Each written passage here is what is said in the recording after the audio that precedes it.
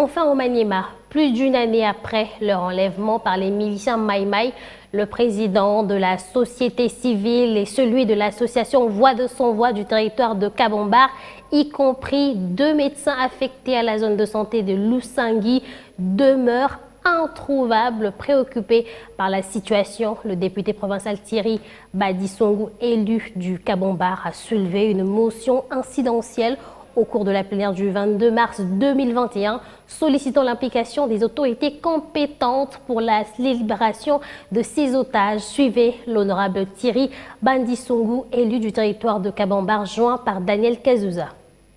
Au mois de mai, 2 médecins congolais qui étaient affectés dans l'hôpital général de référence de Lusangui avaient été kidnappés par des personnes armées non encore identifiées pour une destination inconnue qui jusqu'alors aujourd'hui ne sont pas encore libérés. Il n'y a pas seulement ces 2 médecins, il y a également des autres activistes des droits de l'homme, donc l'ancien président de la société civile de Salamabila et le président de l'association La Voix des Sans Voix de Salamabila, qui aussi avait été kidnappé il y a de cela une année et 3 mois. Demeurent encore là où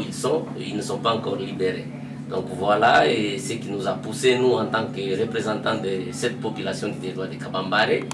à attirer l'attention des autorités nationales et provinciales sur une éventuelle libération de ces paisibles citoyens qui souffrent et qui sont en train de souffrir, comme vous le connaissez. Donc, nous avons également relevé la politique de déployer des mesures appliquées par les autorités nationales et provinciales par rapport à ces dossiers-là. Parce qu'il vous souviendra, en 2019, il y a eu 2 otages étrangers kidnappés dans le même cas comme le précité, mais qui ont été libérés dans moins de 2 mois. Mais on ne sait pas pourquoi, depuis que ces derniers ont été kidnappés, un silence radio des autorités au niveau national et provincial. Donc c'est ce qui a attiré notre curiosité et attention à venir présenter ces dossiers-là auprès de la plénière, qui, je pense, d'ici demain, pourra également répondre favorablement à ma requête, c'est-à-dire arriver à prendre une résolution ou une recommandation plutôt, demandant au gouvernement provincial et aux autorités du pays de s'impliquer dans un bref délai afin que ces 2 médecins et les 2 activistes des droits de l'homme soient